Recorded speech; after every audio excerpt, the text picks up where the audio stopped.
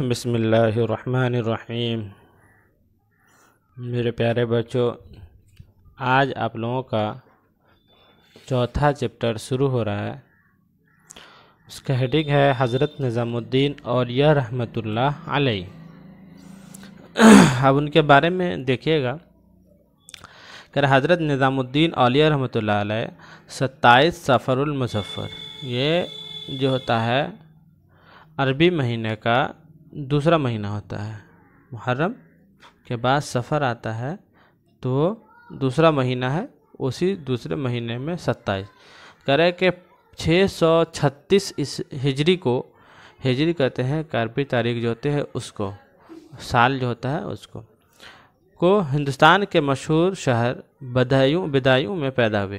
یہ شہر اس زمانے میں بداؤں کہلاتا تھا۔ اس دور میں بدایوں بہت پر رونق شہر تھا۔ حضرت نظام الدین کے دادا خواجہ علی اور نانا منگولوں کی یلغار کی وجہ سے بخارا سے بدایوں چلے آئے تھے۔ کہہ رہے ہیں کہ جب حضرت نظام الدین کی عمر 5 برس ہوئی تو آپ کے والد وفات پا گئے۔ کیا ہوئے؟ وفات پا گئے، مر گئے۔ حضرت نظام الدین اور ان کے ہمشیرہ کی پرورش اور تربیت کی ذمہ داری آپ کی والدہ کے کندھوں پر آ پڑی۔ والدہ یعنی ماں کے کندھوں پر آ پڑی۔ ان کا نام بی بی زلیخا تھا، جو بڑی پرہیزگار اور باہمت خاتون تھی۔ انہوں نے اپنے لخت جگر کی پرورش کے لیے دن رات محنت کی اور انہیں اخلاق و آداب کے زیور سے آراستہ کیا۔ کچھ عرصہ کے بعد والدہ ماجدہ نے پڑھنے کے لیے آپ کو مولانا علاء الدین اصولی کے پاس بھیج دیا، جن سے آپ نے تفسیر، فقہ، حدیث، منطق اور فلسفے کی تعلیم حاصل کی۔ یہ سب تعلیم انہوں نے ان سے حاصل کی۔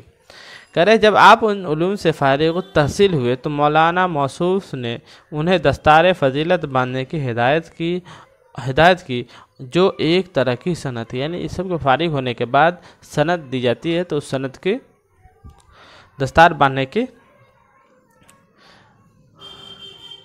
ہدایت کی۔ اس کے بعد حضرت نظام الدین لغت کا علم حاصل کرنے لگے۔ جب آپ کی عمر 16 برس ہوئی تو آپ اپنی والدہ اور ہمشیرہ کے ساتھ بدایوں سے چل کر دہلی آ گئے۔ دہلی آ کر بھی آپ رحمۃ اللہ علیہ نے تحصیل علم جاری رکھی۔ آپ نے معاشی مشکلات کا سامنا بھی کیا، فقر و فاقہ کے سختیاں جھیلیں۔ ذاتی مکان نہ ہونے کی وجہ سے آپ کو دہلی میں بار بار سکون تبدیل کرنی پڑی، کرائے میں رہتے تھے، لیکن آپ علم کی موتی چننے میں لگے رہے۔ اس زمانے میں ہندوستان پر سلطان ناصر الدین محمود کی حکومت تھی اور عملی طور پر ان کا ایک بہت قابل وزیر غیاث الدین بلبل حکمرانی کرتا تھا۔ اس دور میں دہلی بڑے بڑے لائق اور جید علماء کرام کا مرکز تھی، جن میں سب سے اہم نام مولانا شمس الدین خارزمی رحمۃ اللہ علیہ کا تھا۔ حضرت نظام الدین نے بھی مولانا خارزمی کی شاگردی قبول کر لی۔ آپ نے اپنی ذہانت، حافظہ، محنت اور علم سے لگاؤ کی وجہ سے بہت جلد نمایاں مقام حاصل کر لیا۔ مولانا خارزمی نے بھی آپ کی ذات میں چھپے جوہر اور خاص کو محسوس کر کے اپنے خاص تلامذہ میں شامل کر لیا، شاگردوں میں۔ کچھ عرصے میں آپ رحمۃ اللہ علیہ کے علمی زور بیان، طرز گفتار اور استدلال میں مہارت کے دھوم مچ گئی۔ آپ جس علمی مباحثے میں شرکت کرتے وہاں آپ کے دلائل کے آگے کسی میں لب کھولنے کی جرات نہ ہوتی۔ آپ کی اس غیر معمولی صلاحیت کی وجہ سے لوگ آپ کو مولانا نظام الدین بحاث یعنی بحث مباحثہ کے ماہر لقب سے پکارنے لگے۔ آپ کی والدہ ماجدہ دہلی میں رحلت فرما گئیں۔ آپ عظیم صوفی بزرگ حضرت بابا فرید الدین گنج شکر کے بھائی شیخ نجیب الدین کے ساتھ اٹھتے بیٹھتے تھے۔ شیخ نجیب کی زبان سے حضرت فرید الدین گنج شکر رحمۃ اللہ علیہ کی تذکرے سن کر آپ کے دل میں بھی حضرت فرید الدین رحمۃ اللہ علیہ سے ملنے کا شدید اشتیاق پیدا ہوا۔ ایک دن آپ اجودن پاک بٹن کے سفر پر روانہ ہو گئے۔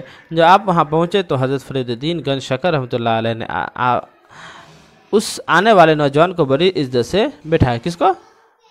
حضرت نظام الدین رحمۃ اللہ علیہ کو۔ اس وقت حضرت نظام الدین رحمۃ اللہ علیہ کی عمر کتنی تھی؟ 20 برس کی تھی، 20 برس کی تھی۔ اس قیام کے دوران آپ نے بابا فرید الدین کے ساتھ پر بیعت کر لی۔ آپ نے اپنے مرشد کامل سے دریافت کیا، کیا اب میں سلسلہ تعلیم روک کر عبادت کا اذکار میں مشغول ہو جاؤں؟